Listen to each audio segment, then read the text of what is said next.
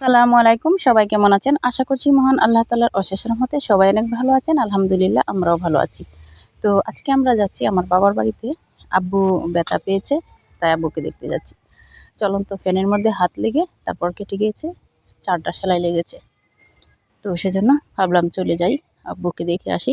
কদিন আগেও ব্রিজের মধ্যে সেন্সলেস হয়ে পড়ে গিয়েছিল। তারপর চোখের নিচে কেটে গিয়ে 3টা সেলাই লেগেছিল। তো কদিন পর পরই আব্বু জানি না কেন জানি ব্যথা পাচ্ছে, কোনো না কোনোভাবে মানে ব্যথা পাচ্ছে, অসুস্থ হচ্ছে। তো সবার কাছে দোয়া চাই আমার আব্বুকে যেন মহান আল্লাহ তাআলা পরিপূর্ণ সুস্থ রাখেন এবং ভালো রাখেন, নিরাপদে রাখেন। এটা শুধু আমার আব্বুর জন্য না, আমার মনে হয় প্রতিটা সন্তানেরই তার বাবা মায়ের জন্য এই চিন্তাটা বা এই আশা আকাঙ্ক্ষাটা থাকে। তো সবাই সবার পিতামাতার জন্য দোয়া করি, মহান আল্লাহ তাআলা যেন সবার মা বাবাকে ভালো রাখেন। তো যাচ্ছি বাবার বাড়িতে। আর এটা হচ্ছে মেডিকেলের সামনের রাস্তা, মানে আমাদের এলাকার যে শহীদ সৈয়দ নজরুল ইসলাম মেডিকেল কলেজ হাসপাতাল, এটার সামনের রাস্তা। এখানে কাদা এবং ভাঙারও কোনো অভাব নেই, আবার যানজটেরও কোনো অভাব নেই। তো যাই হোক, এভাবে বসে থেকে যানজটে আটকে থেকে চললাম বাবার বাড়ির দিকে। তো আমার হাজব্যান্ড আবার মিষ্টি কিনে রেখে গিয়েছিল, তো ওই মিষ্টির দোকান থেকে গিয়ে মিষ্টি নিলাম। কারণ আমার মেয়ে এসএসসি পরীক্ষায় ভালো রেজাল্ট করেছে, জিপিএ 5 মার্ক। তো এজন্য মিষ্টিও নিয়ে যাচ্ছি, মানে পাশের মিষ্টি, এমনিতেও তো মিষ্টি নিয়েই যেতাম, তো এখন একটু বাড়িয়ে নিলাম।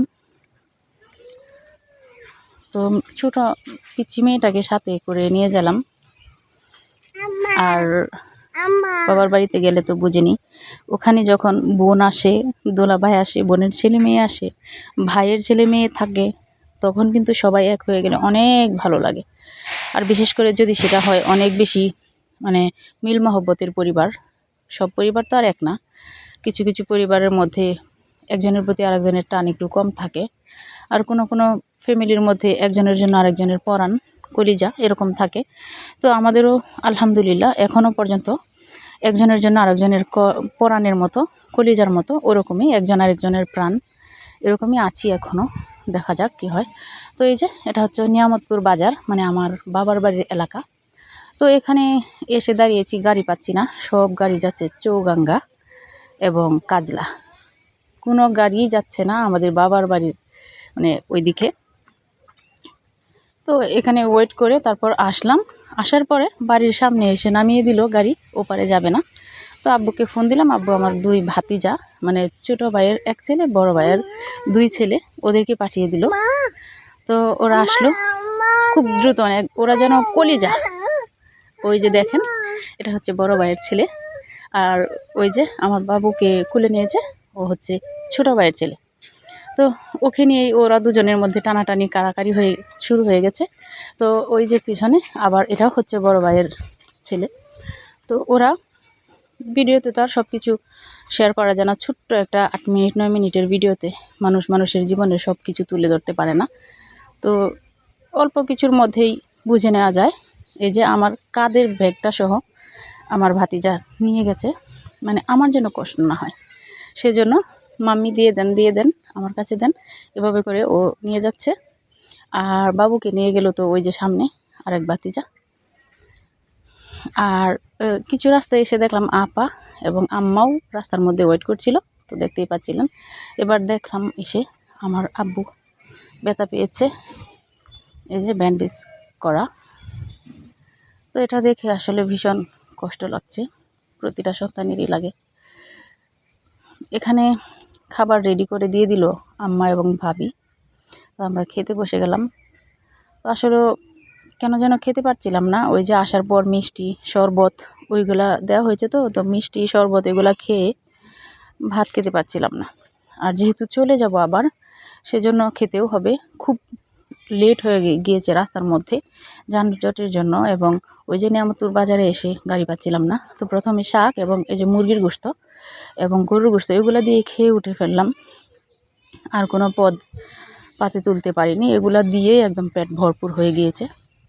তো খেলাম, দুলাভাই পাশে বসা, দুলাভাই খেতে বসলো, উনিও খেতে পারছিলেন না, অন্য কিছু খেয়ে শ্বশুরবাড়িতে আসলে তো জামাইদের আলাদা একটা খাবার দাবার সব কিছু তো আর ভিডিও করিনি, যতটুকু সম্ভব হয়েছে ততটুকু পরিমাণে আর কি ভিডিওতে শুধুমাত্র স্মৃতিটা রাখার জন্য ওই ভিডিও করলাম আর কি। তো এইভাবে আমাদের খাওয়া দাওয়া হলো, অনেক আনন্দ ফুর্তি হলো, বিভিন্ন ধরনের কথাবার্তা হলো, অনেক মজার মজার কথাবার্তা এগুলো হলো।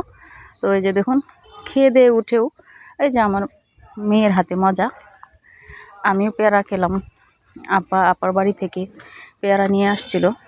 আর আমার মেয়ে তো উঠানে হাঁটা চলা দৌড়াদৌড়ি খেলাধুলা করছেই।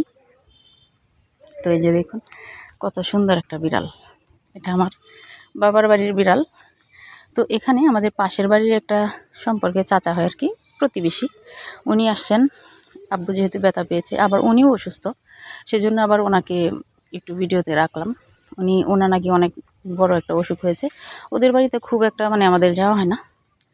তো উনিও আসলো, ওনার মানে অসুস্থতার কথা বলল, আব্বাকেও দেখলো।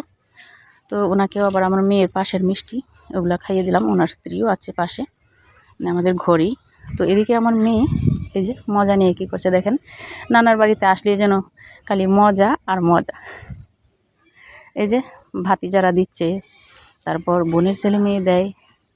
আর এখন অবশ্য আমার ভাইরা বাড়িতে নেই, ওনারা ব্যবসার জন্য দূরে আছে, বাড়িতে নাই, বাসায় নাই আর কি।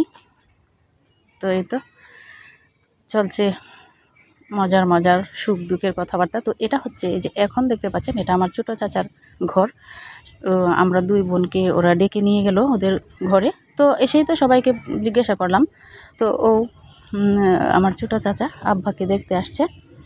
আবার ছোটো চাচার ভাইরা ভাই, মানে আমার আব্বারও বন্ধু হয়, ওই যে টুপি মাথায়, উনি আমার আব্বার বন্ধু।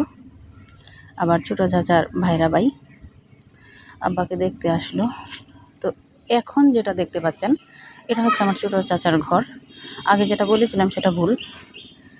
তো এই যে ছোটো চাচার ঘরে আমার আম্মা, আমি, আপা, আমার দুলা ভাই, ছোটো চাচা, তারপর আমার ভাতিজা, এরপর ছোটো চাচার ফ্যামিলির যারা আছে সবাই, ছোটো চাচার শাশুড়ি, ছোটো চাচার ওই যে মানে আমার চাচির বোন, আবার বোন জামাই, চাচাতো ভাই বোন সবাই আছি আমরা।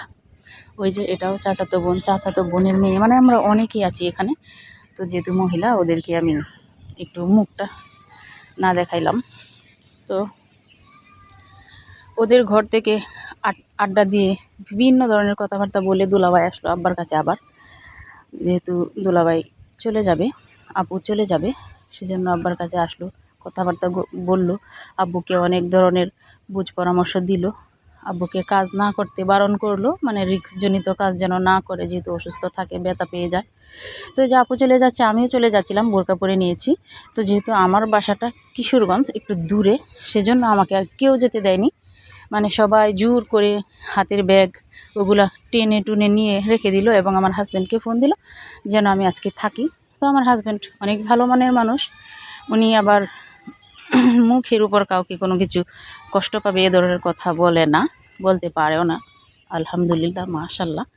তো এই যে দেখেন আমাদের বাড়ির নিয়ম, যদি কেউ আসে তাহলে যে কয়েক কদম এগিয়ে দিবে।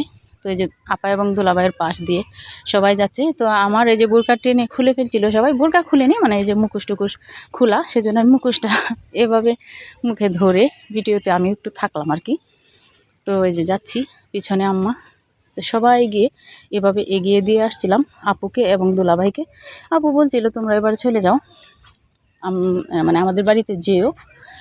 এভাবে বলতে বলতে এগিয়ে যেতে যেতে কিছুতেই যেন মন চাচ্ছিল না ওদেরকে ছেড়ে আসতে, কিন্তু ছেড়ে তো আসতেই হবে, এটাই নিয়ম, এটাই পৃথিবীর নিয়ম। তারপরও পিছনে পিছনে যাচ্ছিলাম, আম্মা এবং আপা যাচ্ছে, সামনে আমার চাচাতো ভাই, দুলাভাই, এবং এই যে পিছনে আমার বড় ভাইয়ের ছেলে, মানে ভাতিজা, আর আমার বাবুটা। আর পিছনে তো দেখতেই পাচ্ছেন অনেকেই ফেলে রেখে এসেছি। আর এখানে ছোটো ভাইয়ের ছেলে, বড় ভাইয়ের ছেলে আর মহিলা যারা আছে ওদেরকে পিছনে ফেলে আসছি, ওরা যেন না সামনে আর না আগায় আর কি, ওইটাই দুলাভাই বলছিল। তারপর আমরা আর কি জোর করে, আমি আম্মা আমরা জোর করে তাও মানে সামনে এগিয়ে যাচ্ছিলাম। তো এখন আর যাওয়া যাবে না, দুলাভাই তো মাওলানা, আর সামনে যেতে দিবেই না। তো কিছুক্ষণ দাঁড়িয়ে থেকে আবার বাড়ির দিকে রওনা হলাম। আসলে কাছের মানুষগুলো যখন দূরে চলে যায় তখন ভীষণ কষ্ট লাগে, খুব কষ্ট লাগে। মনে হয় যে যদি সবসময় আমরা একসাথে থাকতে পারতাম, তো যাই হোক, কিছু না পাওয়াগুলো আসলে সুখেরই হয়। মানে যদি কাছে থাকতাম তাহলে হয়তো এরকম অনুভূতি থাকতো না, বা এরকম মিল মহব্বতও থাকতো না হয়তো বা। তো এটাই নিয়ম যে ভাই বোনেরা সবাই কখনো একসাথে থাকতে পারে না। তো এখন আমার ভাইয়ের ছেলে বলছিল যে আম্মু, মাম্মি যেহেতু আসছে রাতে পিঠা বানাবো, আর যেহেতু সন্ধ্যা হয়ে গিয়েছিল সেজন্যই কিন্তু আমাকে দেয়নি ওরা, মানে শ্বশুরবাড়িতে যাইতে। তো সন্ধ্যা যেহেতু হয়ে গিয়েছিল, রাতের বেলা এই নকশি পিঠা তৈরি করলো। তো আমার ভাইয়ের ছেলে নিজেই তৈরি করতে পারে। এই যে দেখেন, এটা কিন্তু আমার ভাইয়ের ছেলে তৈরি করছে, এটা আমার ভাইয়ের মেয়ে তৈরি করে নিচ্ছে। ওরা দুই ভাই বোন লেগে গেল নকশি পিঠা তৈরি করাতে। তো অনেক রাত হয়ে যাচ্ছিলো। এই নকশি পিঠাগুলো তৈরি করলে কিন্তু মোটামুটি ভালো সময় লাগে। তো এভাবে করে ওরা পিঠা তৈরি করে নিচ্ছিল, আর আমি ভিডিও করছিলাম, আর বিভিন্ন ধরনের গল্প টল্প করছিলাম। আমার বাবার বাড়িতে আসলে কেউ কেন যেন আমাকে কোনো কাজ করতে দেয় না, অনেক বেশি ভালোবাসে। আমার কাজটুকু, মানে যেটা আমার করা উচিত বা করতে পারতাম, ওইগুলো ওরা করে নেয় হাসি খুশিভাবে। তো এই যে পিঠাগুলো তৈরি করে নিচ্ছে একে একে, পিঠাগুলো হয়ে যাচ্ছে। আসলে ভেবেছিলাম যে এই পিঠাটা একটু দিনের বেলা তৈরি করলে ভালো হতো, সময় নিয়ে তৈরি করলে ভালো হতো, কিন্তু না, ওরা রাতের বেলা তৈরি করবে, কারণ আমি যে সকালে চলে যাব আমাকে নিয়ে খাবে। ভাতিজার মাকে বলল, মানে আমার ভাবিকে বলল যে রাতেই পিঠা তৈরি করব, যাতে করে মাম্মিকে নিয়ে খেতে পারি সকালে। যে কথা সেই কাজ, তৈরি হয়ে গেল পিঠা। ও তৈরি করলো, আমিও লাস্টে কিছু তৈরি করেছিলাম। তো এগুলা ভাজতে ভাজতে 1টা 6 মিনিট বেজেছিল রাতের। তারপর সকালে এগুলা ভেজে ভাবি দিয়েছিল, আমরা সবাই খেয়েছিলাম। তো আমি দোয়া করি আমার পরিবারের যে সুখ স্বাচ্ছন্দ্য সব যেন চিরদিন অটুট থাকে। আপনারাও ভালো থাকুন। আসসালামু আলাইকুম ওয়া রাহমাতুল্লাহ।